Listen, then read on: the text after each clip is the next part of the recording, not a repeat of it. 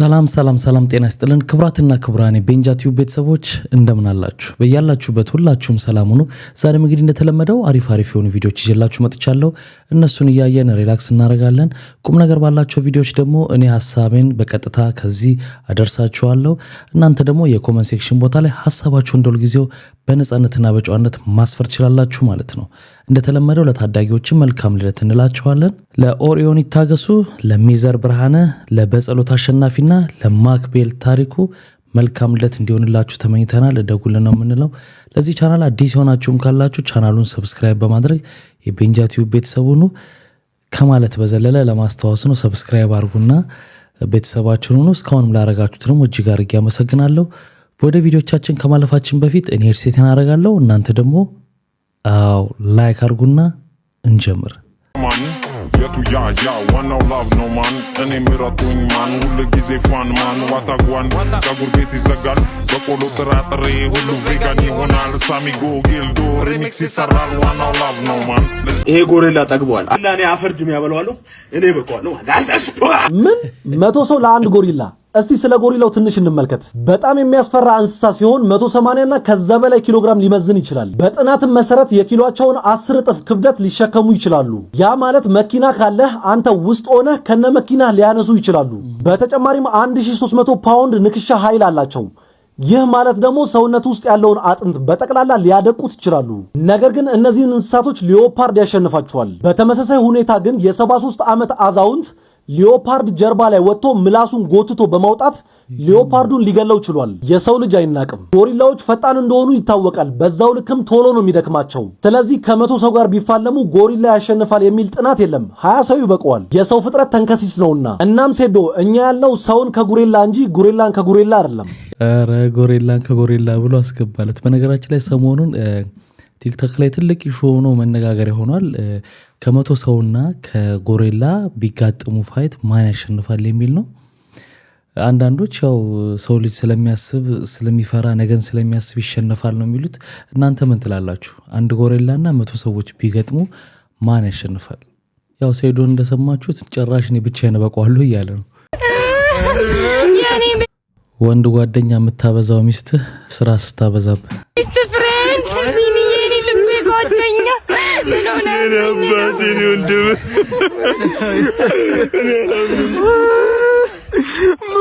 የሞተው? ስለምንድን ነው የሞተው? ለምንስ ነው የሞተው? አንተ እንከፍ ዶዶ ተጠራሽ ምረዘ አልጠራው ነው እባክህ እኔ ነኝ ውስጠትህ ምን ይላል? ስማ አንተ የጀለንጎች ፊት አውራሪ ደግሞ የገደልከው ሌላ ነው። ያ ሳሚ የሚባለው ከፊት ያለው እኮ ነው በደንብ የሚቀርባት ቤስት ፍሬንዷ። እሱንም አጽነው ቶሎ በል። ሳሚ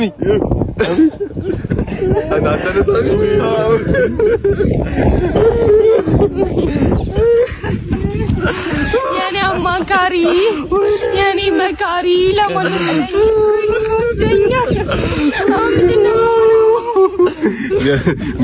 ሚኪ አቤት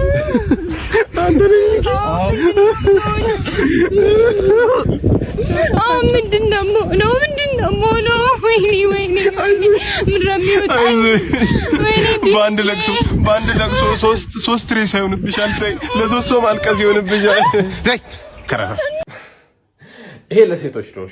እሺ ታዋቹት የ9 ወር ፓኬጁን እርግዝና ታዋቹት። ስንት ዓመት ማርገዝ ጀምራችሁ ነው? ቆይ አንዴ ይሄንን ቪዲዮ እዩት። እኔ ከማዘር ጋር ብዙ ጥል ነበረን። አሁን እኔ በቃ በዛ ሴት እሷ በዚህ ትመጣለች። አጣርቻ አልሰማሁም። ምን አልክ? ከማዘር ጋር ብዙ ጸብ አይደለም ጸብ ኖሮኝ አያውቅም። እኔ አሁን በዚህ እድሜ ይሄንን የሚያክል ጺምና ይሄን አንዳንድ ሽበት አለ ጸጉሬ ላይ ኖሮኝ እንኳን ማለት ነው ከማዘር ጋር ጸብ ኖሮኝ አያውቅም። ከታባ ነው ብዙ ጸብ ያመጣው ከእናትህ ጋር እንዴ? ይሄ ልጅ አሁን ስንት ዓመት ነው? ቆይ ስንት ዓመት ነው የተጸነሰው እና ስንት ዓመት ነው ያደገው? እንዲህ ማይክ አያያዙ ምናምን ነገር ከማዘር ጋር ጸብ እንደ መልካም ወጣት መልካም ህፃናት አይነት ፕሮግራም ማለት ነው። ከዛ ቆይ ይሄኛው በዚህ ተገረሜ ማታ ልሳሳልፍ ደግሞ ሌላ ቪዲዮ እዩ። እሺ አባዬን ስታገኝ እስቲ እንዴት ተገናኛችሁ? በምን ጽንሰ ሐሳብ ተገናኛችሁ? እስቲ አንተ ራስህ ጽንሰ አይደል እንደ የምታክለው? የታባ ምን የታወቀው ጽንሰ ሐሳብ እንደሽማ እንዴ ነችና በጣም ያበሽቀኝ ነገር ምን መሰላችሁ? ህፃን ልጅ እንደ ትልቅ ሲያወራ ማለት ነው። ከዛ ደግሞ በቃ ፕራውድ ሆናችሁ ምናምን ነገር ምንም የሚያውቁት ነገር የለም። በቃ እንደ ትልቅ ሰው ምናምን እያሉ ያወራሉ እንጂ ማለት ነው እውቀት ስላላቸው አይደለም እንደዚህ እየሆኑ ያሉት። ቤተሰብ አካችሁ ልጆች እንደ ልጅ አድርጋችሁ አሳድጉ። ነገራችን ላይ እኔም ማየታችሁ ከሆነ ብዙ ጊዜ ቪዲዮዎች ላይ እንደዚህ አይነት ነገሮች ሲመጡ ልጅ እንደ ልጅ ሲሆን ነው ለዛ ሲኖረው ነው ደስ የሚለው እንጂ በጣም እንደ ትልቅ ሰው ሲሆን የልጅነት ለዛውን ያጣልና። ባለፈው የትም ስትንዘላዘይ ዝም አልኩሽ። አሁን ግን አላልፍሽም። ምን? እኔ ነኝ የትም የምንዘላዘው? አዎ አንቺ። ቆይ አንቺ ግን እንዴት ነው የሚያደርግሽ? ቆይ ማንን ተማምነሽ ነው አንቺ? በእናትህ ዝም በል። 2 ዓመት ሙሉ ያንተን ፍቅር 2 ዓመት አይገርምሽ? ጥርግ ማለት ትቻለሽ። አንተ ብቻ የምትለውን የመቀበል ግዴታ የለብኝም። ግዴታ አለብሽ። የምለውን ሁሉ ትሰሚኛለሽ። ምን አለ ጋብዞኝ ገብቼ ሞቅ ባደርግላቸው። አርፈሽ ተቀመጪ። ቆይ አንቺ ሴትዮ ምን ይሁን ነው የምትይው? አንተ ራስህ ምን ይሁን ነው የምትለው? ኋላ ግን ሰይጣኔን አታምጪ። ያ ጋበዙኝ፣ ጋብዘውናል፣ እንግባ። ወይዬ ራስህን እንደ ወንድ ነው እንደምታየው? የዚህ ቤት አባወራ እኔ ነኝ። እኔ የምልሽን ትሰሚያለሽ። ጭራሽ ልትገዛኝ የሚያምረው? በደንብ አድርጌ እገዛሻለሁ። ማን ስለሆነ ነው እሱ? ቆይ አላበዛውም እንዴ? ምንድነው ይሄን ያህል ገረድ ያደርግሻል? ሴት ስለሆንሽ መናቁ ነው? አትስሚው። ሲያፈጣ አፍጭበት። በዩ ምንም አያመጣም። ቢነካሽ እንኳን የሴቶች መብት አለ። ሁሉም ይጮሁልሻል። ከዚህ በፊት በጣም ብዙ ጊዜ ታግሼሻለሁ። ወንድ ነኝ ብለህ ነው የምታስበው? አፍሽን ዝጊ። አፏን አትዘጋም እንዴ? እንዴ እሷ አፏን ማትዘጋ ከሆነ ለምን አንተ አታዘጋላትም? እሺ እንዴት አይነት ንቀት ነው ይሄ? ምን አይነት መዳፈር ነው? ሂድ አንተ አፏን አዘጋት። ንግግሯ ያናድም። ምን አይነት ንቀት ነው? አፏን አዘጋት። በላት ሂድ።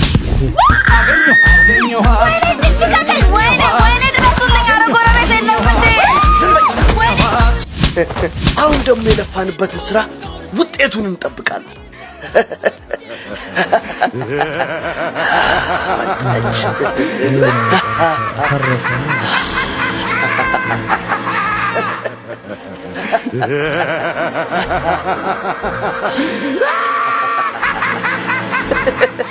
ያ ፎሎሚ እንከተላታለን። እሷ ይቀጥላል። በጣም የተስማማኝ ቪዲዮ ነውና በጣም አስተማሪ ቪዲዮ ነው። እንደፈና አድርጎ በደንብ ያሳየን። ሁልጊዜ ይባላል ሰይጣኔን አታምጣው ብለህ ሰይጣን ራስን የምትጠራውና ካልጠሩኝ እኮ እኔ አላረግም ብሏል እየተባለ ይባላልና ልክ እንደዚህ ነው። ከውስጣችን ሰው ሲጋጭ በል ይላል ሰይጣን። ከዛ ይደሰትብሃል። አሪፍ ቪዲዮ። እንዴ ምከረኝ እንዴ ምን ብዬ ልምከረኝ? ፈለከውም ብለህ ምከረኝ። በቃ ሰለቸኝ፣ ምከረኝ። እንዴ ሳላቀህ ምን ብዬ እመክርሃለሁ? የፈለከውም ብለህ ምከረኝ። እስቲ ምን መከራ አይደለም ስማ፣ ዲለም የሆነ ነገር በል በቃ። እሺ ልሞክር። ሞክር። ተለወጥ። አዎ መለወጥ አለብህ። እስከ መቼ? አዎ ተለወጥ፣ መለወጥ አለብህ።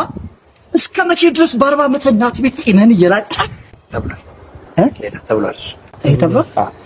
ሌላ ያልተባለ ታዲያ እንዴ ብሮ ሌላ ተብሏል ማለት አዎ ብቻ መለወጥ አለብህ እንዴ አዲስ ነገር ለማረ በጣም ጠዋት መብላት ከሰዓት መብላት ከዛ መተኛ በጣም ነው የሚሰለቸው። ይሰለቻል እኮ በጣም ነው የሚሰለቸው። በቃ መለወጥ አለብህ።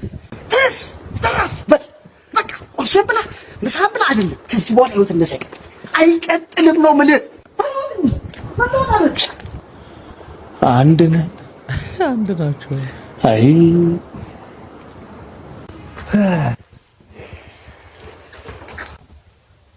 ምከረኝ ማሬ። በቃ ኳስ አለ 5 ሰዓት ላይ እኔ ሊወጣ ነው። ኳስ ታያለሽ? አይ በቃ ጥሩ። እኔ ይሄንን ወልውዬ ስጨርስ አብሲቱን እጥለዋለሁ። እንዴ አብሲቱን ምን ፈልገዋለሁ? ማርዬ ለምን ትጥለዋለህ? ማርዬ በቃ ሂጂ አንቺ ሂጂ። እኔ ራሴ በቃ ሽቴን ጣል አድርጌ ወሽቅ አድርጌ ወይ ምጣዱ ከሰማ ምንድነው ከሰማ? ማርዬ ከምጣድ ጋር ማውራት ጀመርክ እንዴ? ምጣዱ ከሰማ ወይ ማርዬ በቃ ዝም በይና አንቺ ሂጂ። በቃ ዝም ብዬ ልጆቹን ቀዝነዋል። እኔ አጸዳደዋል። በቃ ልጆቹ ቀዝነዋል። ጥርግርግር አድርገሽ ቅዘናቸው። በእናትህ ማየት አልፈልግም። I don't want to see any ቅዘን when I come back to this home። ያመሃል በለው። በቃ ሂጂ አንቺ። ያመሃል በለው በይ አንቺ። ያመሃል በለው ዛሬ እንቀንቀው። አሁን ኃይለኛ የኳስ ደጋፊ ሴቶች መጥቷል። አስጨፋሪዎች ሁሉና እነሱን ለመሸንቆጥ ይመስለኛል። ፈረንጇ ወዳኝ ነጭት ወዳኝ 99ን በደንብ አረኮኝ የእሷ ነገር አያርቅ። አንድ ቀራለችኝ እሱ ምነው ብላት አንገቴን ጠምዝዛ ፀጉሬንም ጨምድዳ ወደታች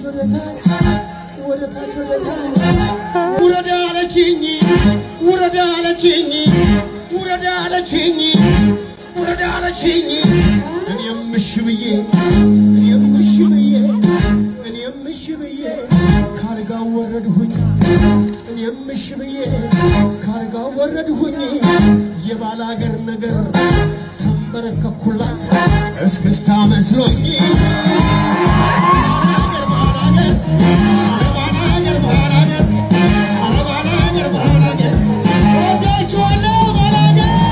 እኔን የገረመኝ ዋናው ዘፈን ላይ ያለ ባላገር የሚለው ላይ እንዲያነግጥም ነበረው ወይስ እዚህ መድረክ ላይ የጨመራት ነች? የምታውቁትን ነገር እስቲ ኮመንት ላይ። እንዴ ቀኑን ሙሉ ተኝተሽ ነው እንዴ የምትዩ? እንዴ ማለት ምንም የሰራሽው ነገር እኮ የለም። ልጅ ነው የምሰራው። እርጉዝ እኮ ነኝ። ልጅ ሰራለሁ፣ እጁን ሰራለሁ፣ እግሩን ሰራለሁ። ይተናፍሳል፣ ይደክመኛል፣ እሸከመዋለሁ፣ ምግብ አበላዋለሁ፣ አጠጣዋለሁ። አንተ አርግዘህ ታውቃለህ? አላውቅም። እና እስቲ አርግዝ ነው እንዴ? ልጅ እኮ ነው የምሰራው። ኦርጋኑን እየሰራው ነው። ጨጓራው እያደገ ሊሆን ይችላል፣ ሳምባውም እያደገ ሊሆን ይችላል። ይደክመኛል። አሁን ዶም ሳስበው እግሩን እየሰራው ነው። ኧረ በላው። የዘንድሮ እርጉዞች ደግሞ ያመጧት ምክንያት የምትገርም ነች። ላለመስራት፣ ላለመንቀሳቀስ። እንደ በግ ኑሪ ተብዬ እንደ ምንድን ነው ምኖረው?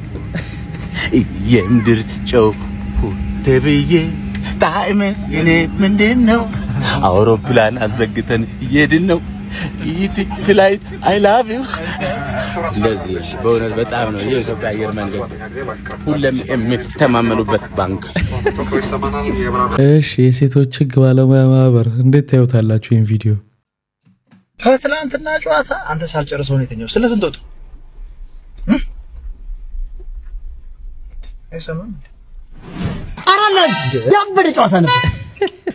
ምኑ ስንት ሰዓት ቆይተ? ኳሱ ነው የትናንትናው የማታው ጨዋታ ምን ይለኛል? ጠይቀህ ትረሳለህ። አንተ ጤነኛ አይደለም። ደህና አይደል?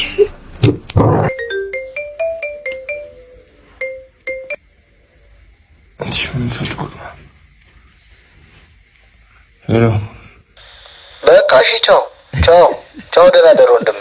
እንዴ ስሙኝ የኢትዮጵያ ወንዶች፣ እኔ አሁን በዚህን ሰዓት ድንግል ነኝ። ስለዚህ ደግሞ ድንግልናዬን መሸጥ ፈለግኩኝ።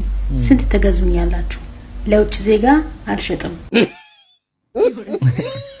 አበዛሻሉ አባቡ ስም ሲያወጡ። ሴትዮ ይሄ ነገር እኮ ከሰው ጆሮ በመራቅ የተነሳ አሁን ላይ በመስታወት ታሽጎ ብሔራዊ ሙዚየም እንደመቀመጥ ጭራሽ ሶሻል ሚዲያ ላይ ወጣች ጆሮ ግንዱን። ኧረ እባክሽ ደላላስ ትፈልጋለሽ? እኔ ላገናኝ 2% ካሰብሽልኝ እንዳፈ ታሪክ 2 ድንግል ብቻ ነው እዚህ ሀገር ላይ ያለው። አንደኛ ኢትዮጵያ ሀገራችን ድንግሏ ለምለሙ ሀገራችን፣ ቀጥሎ ደግሞ እኔ ነኝ። ሶስተኛ ተገኘ ሲባል በውስጥ ተነጋግሮ ነገሩን ፊክስ አድርጎ ሶስተኛ ማስመዝገብ ሲገባን ጭራሽ አውጥተሽ ልሽጭው። የሀሳብሽ ልክ ስላልሆነ በውስጥ አዋሪ ልክ አለመሆንሽን ማውራት አለብን፣ መመከር አለብሽ። ይሄ ማለት እኮ ከቅርስ በምንም አይተናነስም። ጭራሽ ደግሞ አንቺ ሸብችበሽው ቅርስ አስመላሽ ኮሚቴ አቋቁመን መልስ አትመልስ ሌላ ችግር ውስጥ ከመንገባ በይ ነገሩን ፊክስ ብናደርገው ይሻላል። በኢትዮጵያ ልጆች እዚሁ የራሳችን ጋር ጉዳዩን ብንፈታ ይሻላል። እንዳትሳብ ነው ሰው ወስዶ እንዲያተርፍበት ነው። አንቺም እኮ ሀሳብሽ ነው ቱቦ የሆነ ሀሳብ እኮ ነው ያመጣሽው። እናቶችስ ምን ሆናችኋል? በፊት እኮ ቆሌ የሚገፍ ጉልምጫ አልነበራችሁ እንዴ? ዱላውንስ ተውት። ዱላው እንደሆነ ቀርቷል እኮ አሁን ልጅ ሲመታ ይደድባል ይባልና አሁን ተተዋል እኮ። ኧረ ቅጡ ስርዓቴ አልበኝነት እኮ። ሰላም እንዴት ናችሁ? ሰላም በውስጥ መስመር ስልክ ቁጥርና ስም አስቀምጠውልኝ ይሄንን ወደ ገደለው እንድትሰራው እንፈልጋለን ተብዬ ነው። የምናደርገውን ነገር አሁን አብረን እናያለን። ተመልከቱ። ስልክ ነው የምደውለው። እሺ አይኑ የማደርገው ነገር ትንሽ ሰዎችን ኦፌንድ ሊያደርግ ይችላል፣ ሊያበሳጭ ይችላል። ግን መልእክት ስለሆነ ማለት ነው አብረን ቼክ እናደርገዋለን ማለት ነው። እየጠራ ነው እንግዲህ ወደ ገደለው በዚህም በኩል ማሳጠር ጀምሯል እና እንድናሳጠርላችሁ የምትፈልጉ ሰዎች ካላችሁ መልእክት። ሄሎ ጤና ይስጥልኝ። አብረሽተን አቶ ዳዊት ነህ? አዎ አልበል። ወደ ገደለው እባላለሁ። ሶሻል ሚዲያ ላይ ነው የምንቀሳቀሰው። አጋጣሚ ያንተን ስልክ እና ስምህን አብሮህ የሚሰራ ሰው ነበር የሰጠኝ። ንግድ ባንክ ነው አይደል የምትሰራው? መገናኛ አካባቢ ያለ ቅርንጫፍ? አዎ አዎ ነው፣ ግን በተማሪነቱ በደንብ ግልጽ አይደለም። እሺ አይ ስለኔ ምንም ማወቅ አይጠበቅብም። ነገር ግን አብረው የሚሰሩ ሰዎች መልእክት እንድናስተላልፍልህ ስለፈለጉ ነው። እነሱ በቀጥታ ላንተ መናገር ስለደበራቸው እኔ እንድናገርላቸው መልእክት አስቀምጠውልኝ ነው። እንድነግር ፍቃደኛ ነህ? እስቲ ልስማው። እስቲ ምንድን ነው? እስቲ ንገረኝ። መልካም አቶ ዳዊት፣ አብረው የሚሰሩ ሰዎች በጣም የምታደርገው ጫማ እንደሚረብሻቸው፣ ሽታ አካባቢ ላይ ይረብሻል ብለው መልእክት አስቀምጠዋል። ዋት ምን ማለት ነው? ነው አይ የጫማ ጠረን እየረበሻቸው ነውና እነሱ በቀጥታ አይተው መናገር ስላልቻሉ በዚህ ሰዓት ደውለህ ሰው ትረብሻለህ እንዴ? ይቅርታ ስለመሸ ይቅርታ ከመሸ ስለደወልኩኝ። ነገር ግን አሁን ነው መልእክቱ የደረሰኝና እባክህን ስለሰው ማንነት መጀመሪያ ማወቅ አለብኝ። እኔ አላውቅህም እኮ እነሱ ግን ያውቁሃል። አብረው የሚሰሩ ሰዎች ናቸው። ማን ነው እንደዛ ያለው? ነው እሱን አልነግርህም። እሱን አልነግርህም። ንገረኝ፣ ችግር የለውም። አሁን የሚጠቅመን ነገር ማለት ነው አቶ ዳዊት፣ የሚጠቅመው ነገር ያንተ ጫማ እየረበሻቸው ነው። ስለዚህ ካልሲህንም ወይ ጫማህንም እየቀየርክ እንድታስተካክል ነው። እባክህ ቀልድ ነው ያስከው መሰለኝ። ኖ እየቀለድኩ አይደለም። አካባቢ ያሉ ሰዎች እየተረበሹ ነው። ጆሮ ላይ ጋይስ እናንተ መናገር የፈራችሁት ነገር ግን እንድናገርላችሁ የምትፈልጉት አካባቢያችሁ ያለ ላለቃችሁም ሊሆን ይችላል፣ ለሰራተኛም ካለ ውስጥ ላይ ስልካቸውንና ስማቸውን እና ያስቸገራችሁን ነገር ጻፉልኝ። እሺ እንደ ሀሳብ እኮ ጥሩ ሊሆን ይችላል። እንዲነገር ተፈልጎ ከሆነ ሰዎች መናገር የፈሩት አዲስ ሀሳብ ይመስላል። እሺ ይሁን። ግን በቂም በቅል ምንም ያላረገን ሰውዬ ያለ ስሙ ስም የሚሰጡ ሰዎችስ ካሉ፣ አንድ ሁለተኛ ተቀርጾ መቅረብ ውስጥ ተገቢ ነው ወይ እያለን ብዙ ጥያቄ ማንሳት እንችላለን። እናንተ እንዴት አያችሁት ይህን ጉዳይ? በእርስዎ ጊዜ ግን በጣም ውድ የሚባለው በሬ ስንት ነበር? 50 ብር። 50 ብር? አዎ ወላይታ ሄጄ ቅቤ 2 ብር ከ50 ነው። በሬ 50 ብር ነው። ኪሎ ታዲያ ስንት ሊሸጥ ነው? ኪሎ ስንት ሊሸጥ ነው? 50 ብር ኪሎ አይደለም እና ግምት ነው የምንሸጠው። ዛኔ በግምት ነው እንትኑን ቅቤውን የሚገዛ የለም። የዛን ጊዜ እኔ በ50 ብር የገዛ 2 ብር ከ50 ያመጣሁትን 5 ብር የሚገዛኝ የለም። እዚህ እኔ ሚጥሚጣ የ5 ብር 6 ብር ሚጥሚጣ ፍቅጬ ሳበቃ ነው ወላይታ የምሄደው። ለምን ሚጥሚጣ? በርበሬ በሬው አይን ውስጥ እየተጨመረ ነው። ለምን እንዳይተኛ ነው። እነኛ በሬዎች ሚጥሚጣ ጨመርኩባቸው። እዚህ ወንዞት ሂጄ በጣም አይኑ እንትን ያለ የደከመውን መድኃኒት ገዝቼ የሰው ለአይን መድኃኒት እሱን የቀባሁበት ጊዜ አለ። ሚጥሚጣ የተደረገበትን እንዲሻለው ደግሞ ጠብታ ይደረግልታል። ጠብታ አደረኩበት። ምን ያህል እድሜ ነው መቆየት የሚፈልጉት? አሁን እንግዲህ 92 ዓመቶት ነው። ከዚህ በኋላ ምኞቶትን ይንገሩኝ። አይ እሱ ነው ሸሩ እሱ ባለቤቱ እኔ አልወስንም። እሱ ምን ይፈልጋሉ? እስከ ስንት ነው ብለው? እኔ ተነጭራሽ ቢደርሳኝ ደስታዬ ነው። ህይወት እኮ በጣም አሳሲ ናት። በጣም ነው የምታሳስበው። በተለይ እንዲህ ሲሉ ለራሳቸውም እድሜ ብቻ አይደለም እንግዲህ ቤተሰብ ይኖራል ወደታች እሳቸውን እያየ የሚደሰት ለእነሱም በማሰብ ይመስላልና ቢረሳኛሉ ልጅ ነጽዬ በቃ ልጅቷ ልቤ ውስጥ ገብታለች። ሄደሽ በቃ ስምጥምጥ ብቻ እንዴ አንተ እኔን አታውቅኝም እንዴ? ስትት ነው ማረጋት ነው እኔ ብቻ አንቺ ሄደሽ እሷ ጨራርሽልኝ። ያው የሚጠበቅብኝ አደርጋለሁ። ይመችሽ በቃ አንቺ ልጅ ለምዶ ማትረዝ በጣም እኮ ጸዴ ሰው እኮ ምን የምታውቂው ነገር አለ? የምታውቂው ነገር አለ? ልጅ እኮ አንቺ ብቻውን አንድ እርጥብ አዞ መብላት የሚችል አቅም አለ። እርጥብ አንቺ ምን እሱ ይገርምሻል? በልጅነቱ ሀብታም ከመሆናቱ የተነሳ አንገቱ ላይ ወደ 800 ምናምን ግራም የቡዳ በላኝ ታስወሩ። ለዛ እኮ ነው ትንሽ ጎበጥ ያለው። ግን አሁን ፈጣሪ አንቺን ሰጥቶታል። ወደ ኋላ ታዞር ይደፋል። የሚያዞር ያዞር። አስምጪ ተብላ ተልካ ዳግም እንዳታይ አርጋን ያሰናበተችል። የወርቅነህ ገበየሁ ልጅ ሰርግ ስንት ብር ያወጣል ብለን ብንገምት ቅናት አይሆንም። ምክንያቱም እንደዚህ አይነት ስራዎች የሚሰሩ ጋዜጠኞች ቢኖሩ ኖሮ ይሄን ያህል ብር አወጣ ካላቸው ካፒታል አንፃር ካላቸው ገቢ አንፃር ይሄን ብር ከየት አምጥተው ነው በዚህ ደሃ ሀገር ላይ ኤክስፐንስ ሊያደርጉ የቻሉት የሚለውን ግምት እንድንገምትና አጉል ሐሜት እንዳናማ ምክንያት ይሆናልና ስለዚህ እንደዚህ አይነት ጋዜጠኞች ባለመኖራቸው ምክንያት እኛ ስንት ሊያወጣ ይችላል የሚለውን ግምት ውስጥ ገብተን ኦሬዲ የራሳችንን እንትን ፊገር ወስደናል። ለምሳሌ ከዚህ በታች የምታዩቸው 5 በአለም ላይ የተደረጉ ኤክስፔንሲቭ የተባሉ ሰርጎች አማውንታቸው ምን ያህል ብር እንደወጣባቸው የብሮቸው ወጪ የተደረጉት ብሮች ከየት እንደመጡ ኦሬዲ ትራንዛክሽኑ በሀገር ደረጃ ስለሚታወቅ ብሮቹ ስንት እንደወጣባቸው ከ1 እስከ 5 ከታች በተደረደሩት መሰረት ተከናውነዋል። ግን የወርቅነህ ገበየሁ ልጅ ከሽምግልና ጀምሮ እስከ መልስ ድረስ ያለው በጣም ሃይ ኤክስፔንሲቭ እንደወጣበት ያስታውቃል። ዘፋኞቹ የመጠጥ የመኪና የምናምን ድረስ ያሉት የተጠሩ እንግዶች ጭምር የሴኩሪቲ የምናምን የማቀናጀት ስራዎች ከ83 ሚሊዮን ብር በታች አይሆንም ብለን ከጓደኞቼ ጋር ገምተናል። ይሄ ግምት አሁን ባላቸው የወርቅነህ ገበየሁ በኢጋድ ያላቸው ደሞዝ፣ በፌደራል ፖሊስ ኮሚሽን በውጭ ጉዳይ ሚኒስቴር በነበራቸው ደሞዝ፣ ልጆቻቸው ሁለቱ ልጆች የሚጋቡት ሁለቱ ልጆች ደሞዝ ይሄንን 83 ሚሊዮን ብር ለመስራት 47 ዓመት ይፈጅባቸዋል እና ከየት የመጣ ብር ነው የሚል ኮንክሉዥን ላይ ደርሰናል። እናንተ እንደዚህ አይነት ስሜት አልተሰማችሁም? ከየት አምጥተውት ነው? አስፈላጊነቱ የራሳቸው ነው የሚሆነው። ያስፈልገኛል ካለ መፍቱ ነው። ግን ብሩን እንደ ሀገር ምንጩ መታወቅ አለበት። የወርቅነህ ገበየሁ ደሞዝ ቢጠራቀም ይሄንን ብር ያመጣሉ። ሶስቱም ልጆች 47 ዓመት እድሜ አልሆናቸውም። ሁለቱ ልጆች እሳቸውም ወደ ስራ ከመጡ 47 ዓመት አልሆናቸውም።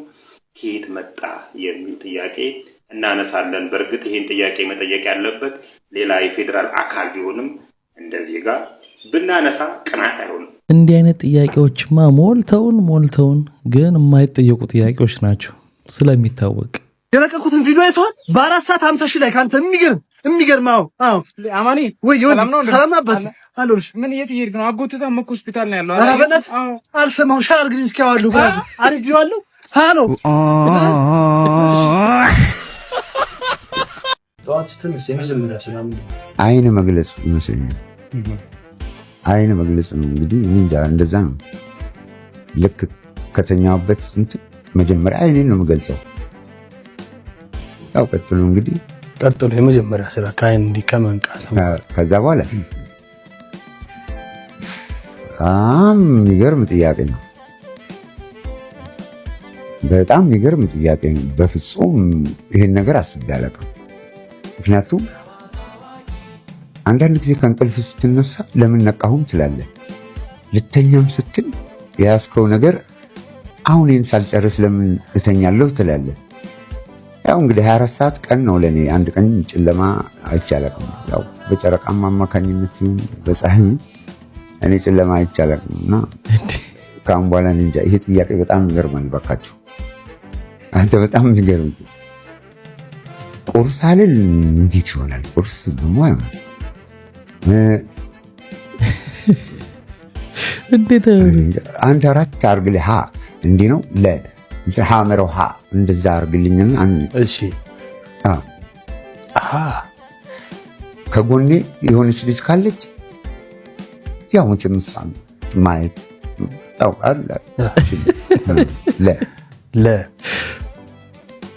ሽንኩርት የለም ያው ምናምን ሀመሮሃ ሁሉም ሀመሮሃ ፊቴ ውሃንም እንጃ ግን እንደምን አደራችሁ አላውቅም። በጣም ብዙ ነው እኮ ከእንቅልፍ ስትል አይን መግለጽ ነው አንደኛው።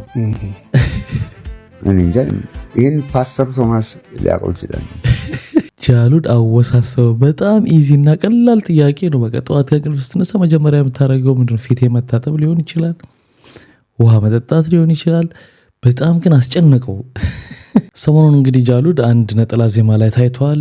ዘ ላየን ኦፍ ጁዳ የሚለውን ዘ ላየን ኦፍ ገዳ የሚል ርዕስ ሰጥቶ እዛ ላይ ፊቸሪንግ ገብቶ ታይቷል። በዛም ተቃውሞ ተነስቷል። እስቲ እንየው። ይህ ዘ ላየን ኦፍ ጁዳ ወደ ላየን ኦፍ ገዳ የተሸጋገርንበት መንገድ ነው። አይ ጃሉድ ስልብ ባሪያ በጌታው ምን ይመካል አሉ።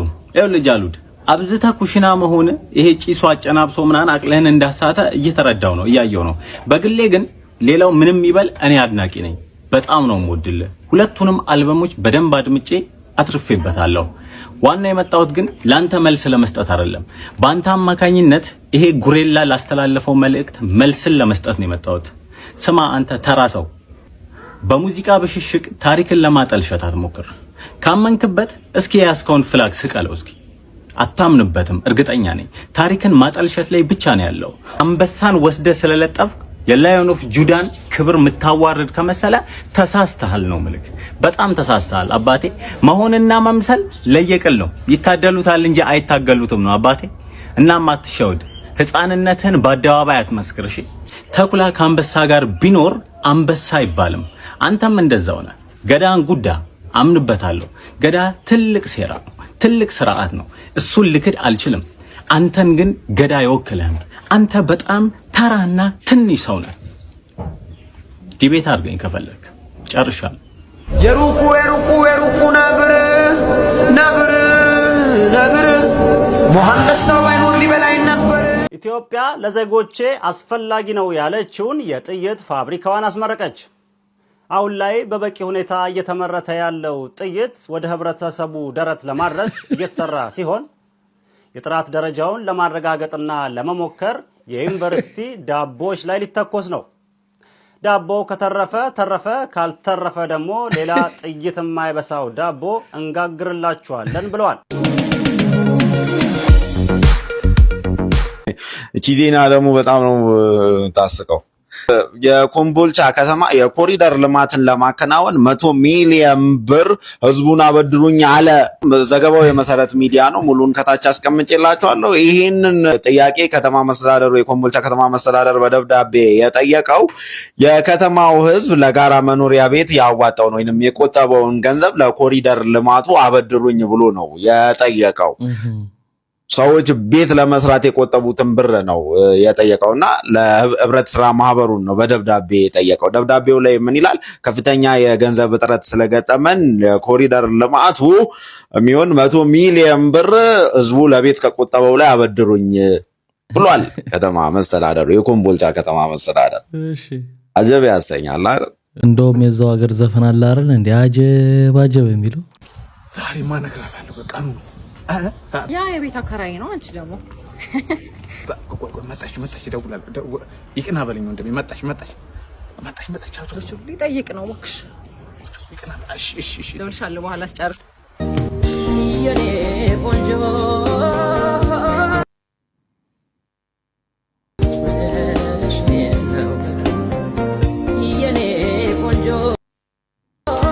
ፈርከኝ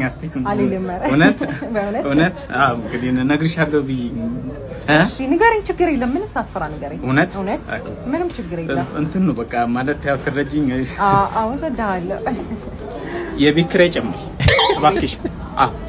ለዚህ ነው የደወልክልኝ? መብራት በጣም እየቆጠረብኝ እኔ አሁን በዚህ ወደ ከፈልኩ ቀላል አይደል ወይ? ቤቴን ልቀቁ፣ በህግ አምላክ ቤቴን ልቀቁልኝ። ለጠበስ ነው ብላ ሰፍ ብላ ቤት ኪራይ ጨምሪ። ያዙ መንጃ ፍቃድ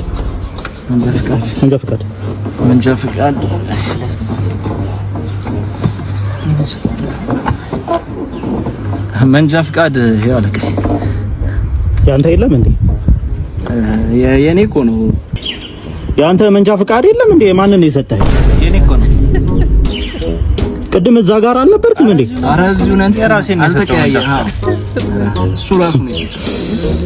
ጉደኞች። እሺ ይሁን፣ ግን ቀበቶ ግን እንዴት ነው አላሰራችሁም? ቀበቶ እሺ፣ የቀበቶ ኧረ ቀበቶ እንኳን የዚህኛውንም አስረናል። የዚህንም አስረናል። አላሰራችሁም ነበር? ኧረ አስረናል። ይገርማል እውነት። ግን መንጃ ፈቃድህ ቀኑም አልፎበታል፣ ሁሉም ቀኑ አልፎበታል። እንግዲህ የመኪናን ዶክመንት አምጣ ትታሰራለህ። የምን መኪና? እኛ እኮ እግረኛ ነው። በእግር ነው የመጣው። እግረኞች ነው። ከሙያው ባለፈ ግን የፍቅር ህይወትሽ ላይ ልመጣለሽ ነው። ከአርቲስት ወይም ከድምፃዊ ነዋይ ደበበ ጋር የፍቅር ጓደኛ ነበርሽ። እስቲ እውነት ነው አይደል? አዎ። አዎ። እንዴት ተዋወቃችሁ? ፍቅር እንዴት ጀመራችሁ? ንገረኝ እስቲ እሱ። እኔን ለማታውቃት እንግዲህ ድምፃዊ አስቴር ከበደ ነች። ድሮ ፍቅረኛሞች ነበሩና ስለ ድሮ ፍቅራቸው ነው እዚህ ያወራችሁ። ነዋይ ፍቅር ስንጀምር ሳናውቀው ነው የሚገርምህ ነገር። እሺ። በጣም ልጅ ነበርኩ እኔም በዛን ሰዓት፣ እሱም በጣም ወጣት ነበረ እና እኔም እሱ ሲዘፍን አየዋለሁ፣ እሱም እኔም ሲዘፍን ያየኛል። እና ግን በአጋጣሚ ገርልፍሬንድ ነበረችው እኛ ጋር የምትሰራ በድምፃዊነት ማለት ነው። እና በቃ በጣም ተወደዋለች። ግን ሳያውቀው ነው በቃ ከሷ ጋር እንግዲህ እንዴት እንደሆነ አላውቅም። ያው የነሱ ጉዳያቸው እኔ ያው ነዋይ ጋር መሆኔን ብቻ ነው የምፈልግ የነበረው በዛን ሰዓት። እና ተለያዩ። ግን ሰባተኛ ጋር እየጠበቀች ሁሉ ትደበድበኝ ነበር። ከስራ ቤት ውስጥ እዛው ግቢ ውስጥ ሲኒማ ራስ ውስጥ እንተናነቃለን ገባ። እና ብቻ መጨረሻ ላይ ያው ከቲያትር ቤት ውስጥ ለቃ ወጣች። ያው በነፃነት እኔና እሱ እንግዲህ ህይወቱን ጀመር ነው ማለት ነው። ያኔ ወጣትነት አለ፣ አንቺም ቆንጆ ነሽ፣ እሱም መልከ መልካም ነው። ነዋይ ምን አይነት ልጅ ነበረ? እስቲ ምን አይነት ወጣት ነበረ? ፍቅር ላይ እንዴት ነበረ ነዋይ ደበበ? ነዋይ በጣም ኃይለኛ ልጅ ነው። የሚወደውን የሚነካበት ሰው አይወድም ነዋይ። እና ግን እንዴት ነበር መሰለ፣ እኔም እንዴት ነው እንትን አይደለሁም፣ ግን ያው ጨዋታ አሁንም ከልጅነቴም አሁንም ቢሆን ከሰው ጋር በሌላ መንፈስ ሳይሆን ጨዋታ ወዳለው መሳቅ ወዳለው። ያንን አይፈልገውም ነዋይ። ወጣት ነበር ገባና በጣም ይደበድበኝ ነበር። በለው ይደበድብሽ ነበር? አዎ ማለት ለምን ሰው አየሽ፣ ስለምን ሰው አናገርሽ ብሎ በቃ አዎ ብዙ ሰዓት ማናገር ማለት ነው። እንግዲህ እስቲ ደግሞ በዛ ሰዓትም እኮ ወንድ ልጅ ካልደበደበ ፍቅርም የለውም፣ ፍቅርም በደንብ አይወድሽም ማለት ነው የሚባልም ከሱ በኋላ ነው እንጂ እኔ ወንድ ካልደበደበ ያፈቀረኝም አይመስለኝም ከሱ በኋላ በእውነት። ግን ሲገጥመኝ ያው የልጆች አባት በጣም ዝምተኛ ነው፣ አይናገር። እኔ ነበርኩ እንደውም ኃይለኛ በሱ ላይ ተገላብጦሽ ነው ማለት ነው። በነገራችን ላይ በጣም ተወዳጅ አልበም አላት አስቴር ከበደ። ያንን አልበም ግጥሙንም የጻፈው ነዋይ ደበበ እንደሆነ ይታወቃል። እና የሚገርም ነው እንግዲህ ካልደበደበኝ ሁሉ የሚያፈቅረኝ አይመስለኝም የሚሉበት ዘመንም ነበረ። ሴቶች እህቶቻችን፣ እናቶቻችን ያው የተሳሳተ አመለካከትም ቢሆን ማለት ነው በክፋት አይታይም ነበር። የአሁን ዘመን ፌሚኒስቶች ስለዚህ ጉዳይ የምትሉት ነገር አለን? የዶክተሩ ጉዳይ ለምን በዚህ ልክ እስካሁን መነጋገሪያ ሊሆን ቻለ? ነገሩ እንዲህ ነው። ዶክተር ብሩክ ወይሻ የራሱን የሰርግ ዝግጅት አቋርጦ በመውጣት ታካሚን ቀዶ ጥገና በማድረግ ሕይወት የማዳኑ ጉዳይ እስካሁን መነጋገሪያ ሆኗል። መነጋገሪያነቱ ግን ሕይወት በማዳኑና ሙሽራ በመሆኑ ብቻ አይደለም። ዶክተሩ ጋብቻውን በስርዓተ ቤተ ክርስቲያን ሊፈጽም ከሌሊት ጀምሮ ቤተ ክርስቲያን ተገኝቷል። ታዲያ የቤተ ክርስቲያኑን መርሃ ግብር ይጨርስና ወደ ቤት በመመለስ ከእንግዶች ጋር ዝግጅቱን እያከበረ ባለበት አስቸኳይ የቀዶ ጥገና እንዳለ ሲነገረው ከሌሊቱ 6 ሰዓት ጀምሮ ቤተክርስቲያን የነበረው ከዛም መልስ ያለምንም እረፍት የቆየው ዶክተሩ ምንም ሳያቅማማ ሙያዊና የሞራል ግዴታውን ሊወጣ ወደ ሆስፒታል በማምራት ቀዶ ጥገናውን በስኬት አጠናቀቀ። በሙያዬ የፈጸምኩትን ቃለ መሐላና የገባሁትን ቃል ኪዳን መቼም ቢሆን አላጥፍም፣ ለሙያው የሚገባውን ክብር እሰጣለሁ የዶክተር ብሩክ መልእክት ነበር። ስምን መልአክ ያወጣዋል አይደል የሚባለው? እናንተስ ስለ ዶክተር ብሩክ ምን ትላላችሁ? ዛሬን ለነገ እንኑር። ሰሞኑን እንደምታውቁት እንግዲህ ዶክተሮች ጥያቄ አንስተዋል። የደሞዝ ጭማሪ ዘርዝረው የሚያስፈልጋቸውን ነገር የጥቅማ ጥቅም ጉዳይ በደንብ ጥያቄ አንስተዋል።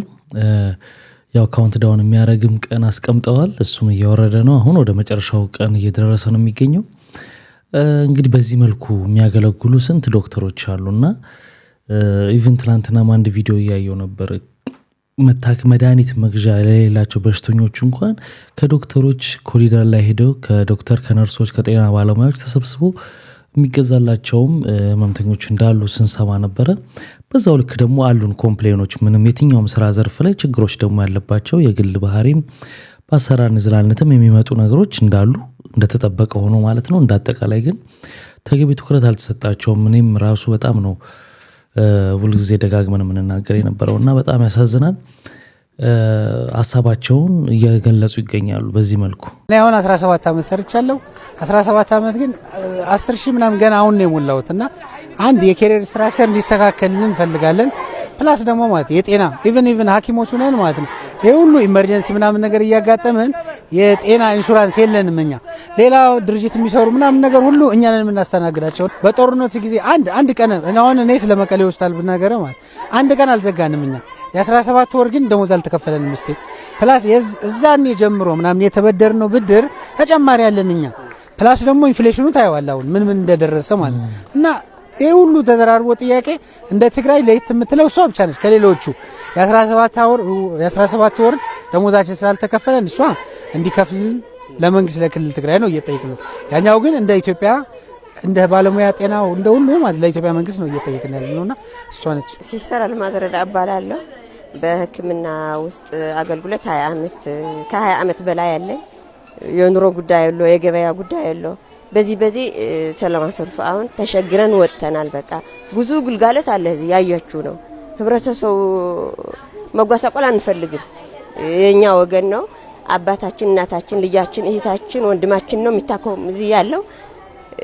በቃ በውስጥ ግብ ሆነን ህብረተሰቡን እያየን ሰላማዊ ሰልፍ ካደረገንስ መንግስት ካየን ተውሎ ነው የተደረገው።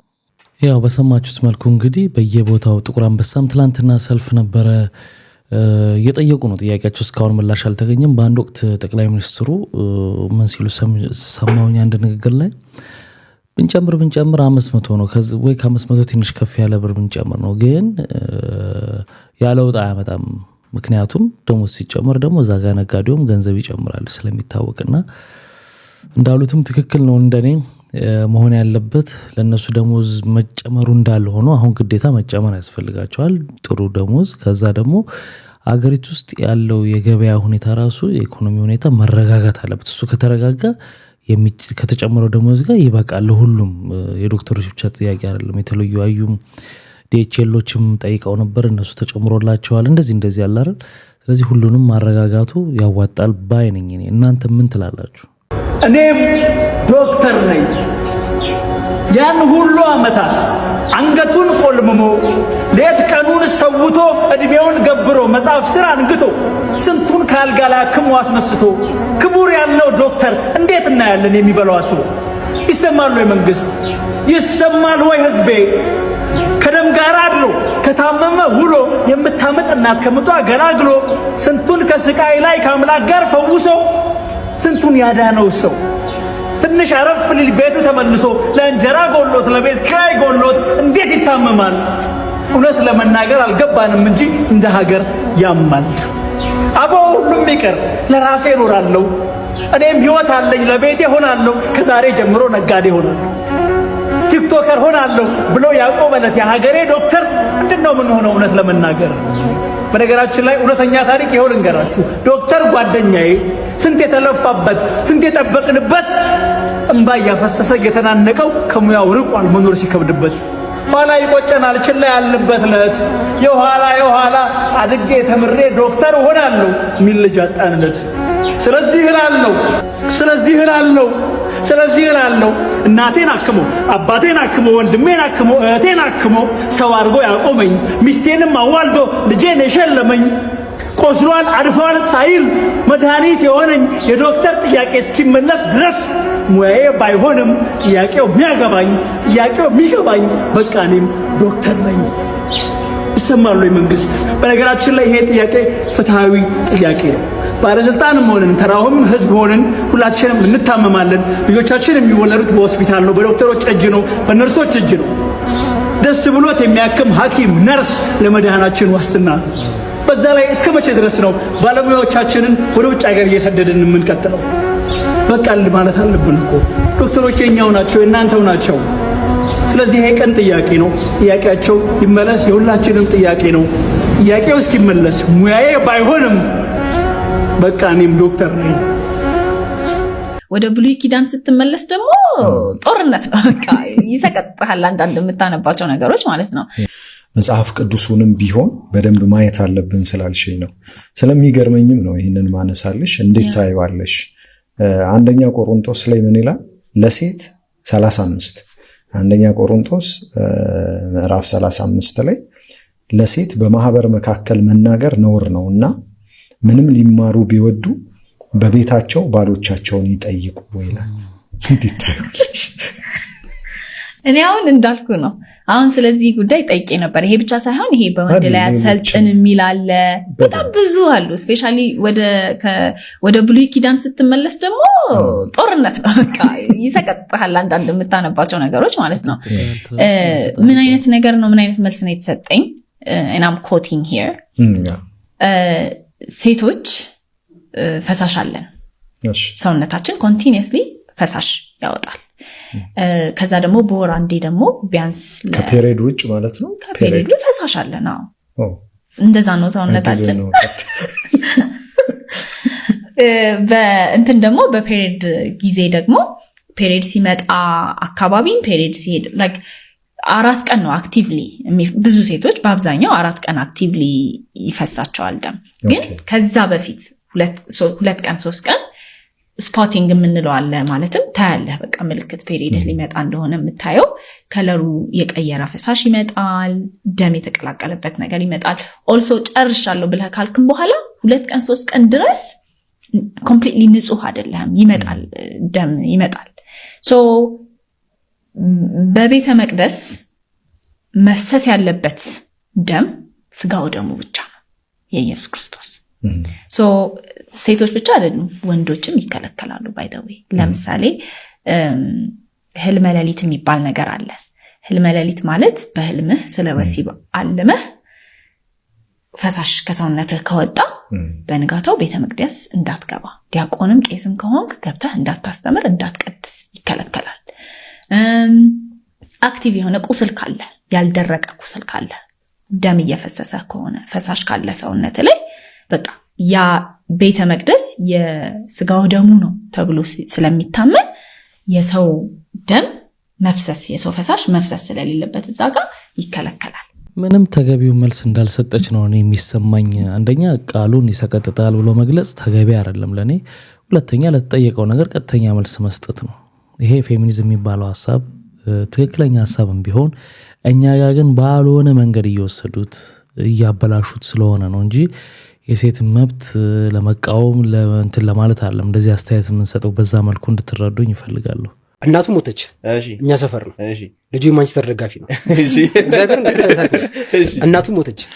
እኔ ኳስ በጣም ወዳለሁ እና ከዛ የቸልሲ ደጋፊ ነኝ። ቸልሲ ነው በጣም ወደው። ከኛ ሰፈር እኔ ብቻ ነኝ ለመለየት ነው ቸልሲ ነው የደገፍኩት። ከዛ ሁሉም አርሰናል ማንቸስተር፣ ሁሉም አርሰናል ማንቸስተር ነው። ምን አገባኝ አልኩ የቸልሲ ደጋፊ። ከዛ ልጁ እናቱ ሞተች። ዛሬ ተቀብራ ቀብር ላይ ማታ ነን። ማንቸስተር 4 ሰዓት ተኩል ኳስ አለው ሻምፒዮንስ ሊግ 4 ሰዓት ከ45። ከዛ ቁጭ ብለን ኳስ ሄደን ማየት እንፈልጋለን እኛ ግን ብቻውን ከምንተው ምናምን ነገር ብለን ቆየና አብረን አመሸን ምናምን ነገር እራት በላን። እራት በላን እቤት አልነበረም። ከዛ እዛ በላን ምናምን ነገር ቀስ ብለን 4 ሰዓት ላይ ወጣን ማለት ነው። በቃ እሱን አስተኝተን ወጣን። ከዛ ሄድን ኳስ ስንገባ ቦታ ይዞ ጠበቀን። እግዚአብሔር ለኛ ቦታ ይዞ ጠበቀን። ለምን ነው ቁጥሩ ዋትስ ማለት እዚህም ጋቢ መልበስ አለብን ታዲያ እንዴት ነው የሚሆነው? እዚህም ጋቢ መልበስ አለብን። ተመካከርን። እዚህም እንደርሳለን ወይስ እንጨፍራለን? አይ ዶንት ኖ። ቢሸነፍ ደግሞ አስበው ተሸነፈ አሸነፈ እዛ አጽናና ነው። ማንቸስተር ተሸነፈ። ጫውንበት እንዲህ ወያላ እስቲ እናት ታደለ ግን አይደለም ብሮ አይም ሶሪ የኮሜዲ ነገር ስለሆነ እና አድርገሽ ቡሊ ታረጋዋል የሙት ልጅ አይሁን ብሮ ቀልድ ነው እና የምር ግን ገብተን እዛ ኳስ ቁጭ ነው ቀርሞ ጠብቀናል እና ለቅሶ ላይ ሆኖ እንደዛ ያጋጠማቸው ሰዎች አሉ። ለምን ረሳኸኝ? እንዴት አደረክ? በቃ እኔ አወራለሁ እግዚአብሔር ጋር እንደ ሰው ነው የማወራው። ይሰማል ደግሞ በትክክል ልቤን ከፍተህ ጭንቅላትን ከእግዚአብሔር ጋር አገናኝተህ ስታወራ እግዚአብሔር ያወራል። እግዚአብሔር ማንም አይደለም። እግዚአብሔር የትኛውም ሃይማኖት አለም። እግዚአብሔር ሰው ለሆነ ብቻ እግዚአብሔር ነው እና እኔን አጽናንቶኛል። አሁን ሳያወራች የሆነ ነገር ወደኋላ መለሰኝና ትዝ አለኝ።